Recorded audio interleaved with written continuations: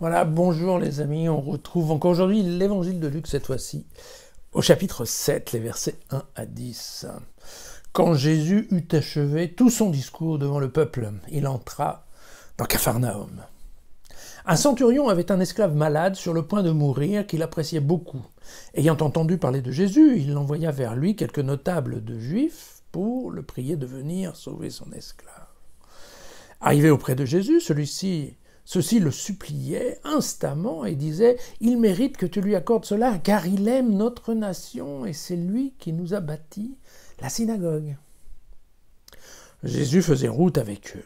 Et déjà, il n'était plus très loin de la maison quand le centurion envoya des amis pour lui dire « Seigneur, ne te donne pas cette peine, car je ne suis pas digne que tu entres sous mon toit.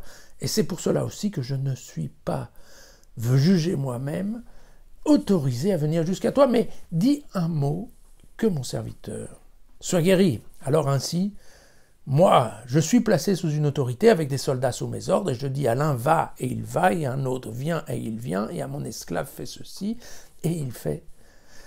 En entendant ces mots, Jésus fut plein d'admiration pour lui. Il se tourna vers la foule qui le suivait et dit, je vous le déclare même en Israël, je n'ai pas trouvé une telle foi. Et de retour à la maison, les envoyés trouver l'esclave en bonne santé. Voilà.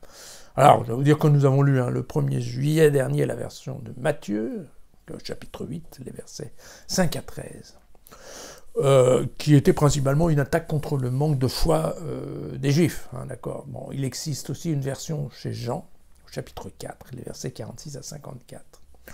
Où là, c'est le second, c'est le second miracle qui se passe à Cana, et vous savez, c'est l'histoire de la fameuse 7e heure, où grâce à cette notion de 7e heure, eh bien, le notable comprend que c'est effectivement la parole de Jésus qui a guéri son employé. Alors, sur le fond, l'histoire, elle est à peu près la même. C'est Jésus qui soigne à distance. Vous voyez que dans la forme, il y a quand même pas mal de différences. Vous comprenez qu'ici, dans ce texte de Luc, en fait, le héros, le point central, c'est le centurion. Centurion qu'on ne voit pas, d'ailleurs, qui n'apparaît pas dans la scène du théâtre qu'on nous sert aujourd'hui. Vous voyez bien qu'il y a aussi un parallèle qu'on trouve aussi chez Matthieu, entre l'histoire de la hiérarchie avec quelqu'un qui donne des ordres et donc quelque part Jésus comme étant ouvertement la cheville ouvrière de Dieu.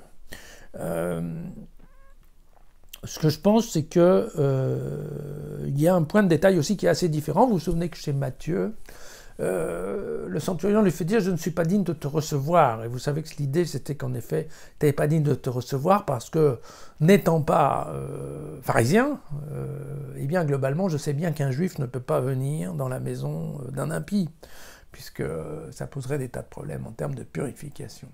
Et que là, c'est sensiblement différent, puisque là, le centurion lui dit « Non seulement je ne suis pas digne de te recevoir, mais je ne me considère même pas digne d'aller te voir. » Et donc, il y a vraiment une notion de dignité dans le sens où, effectivement, voilà, le centurion se rend bien compte que dans la personne de Jésus, il y a un statut qui demande plus que du respect normal, ou en tout cas protocolaire.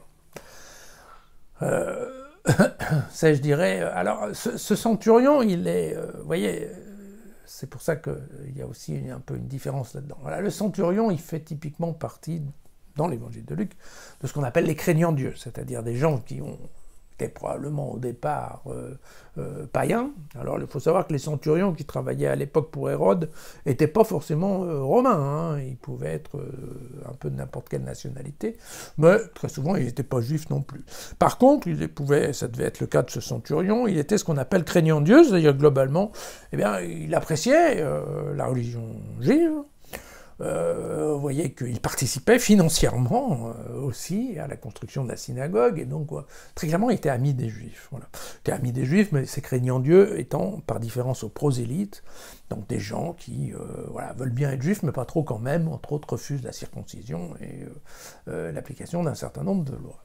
Et on se souvient que typiquement, ces craignants Dieu font partie d'une cible en termes de marketing, je dirais, ou de clientèle, pour les chrétiens, qui se partagent en effet, c'est un terrain sur lequel, justement, typiquement par rapport à la religion juive, vous savez, les chrétiens peuvent leur dire, oui, mais moi, mon joug est plus léger à porter. Moi, je ne vous propose pas d'avoir à vous circoncire, je ne vous propose pas de ne pas travailler le jour de Shabbat, je ne vous propose pas de vous laver les mains tous les 4 matins. Et donc, effectivement, il y a là un segment de marché sur lequel il y a une compétition directe entre la synagogue et la chrétienté.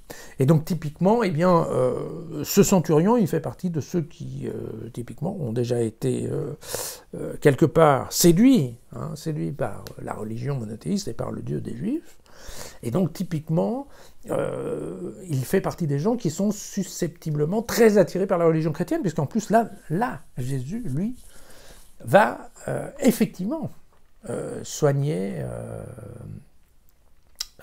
le malade, le serviteur. Mais vous voyez que là, typiquement, on est dans quelqu'un qui est à la fois séduit par la religion, par le Dieu des Juifs, mais aussi qui a une dimension humaine d'amour pour son serviteur, qui n'est pas anodine, parce qu'une fois de plus, je vous le rappelle quand même pour Luc, l'amour, et l'amour actif du prochain, ça fait quand même partie des grands critères. Et donc, voilà, typiquement, il faut bien le dire, donc ce juif, enfin ce demi-juif, on va dire, ce craignant Dieu, fait partie, en effet, des gens qui ont à peu près toutes les qualités pour devenir un bon chrétien. On sourira juste à la mention, vous voyez que là, Luc dit « même en Israël, je n'ai pas », alors que Matthieu le disait « chez personne en Israël, je n'ai vu ». Donc vous voyez que là aussi, on retrouve la différence entre l'agressivité de Matthieu contre les Juifs, alors que, chez Luc, c'est un peu plus dilué, on va dire. Voilà, à demain.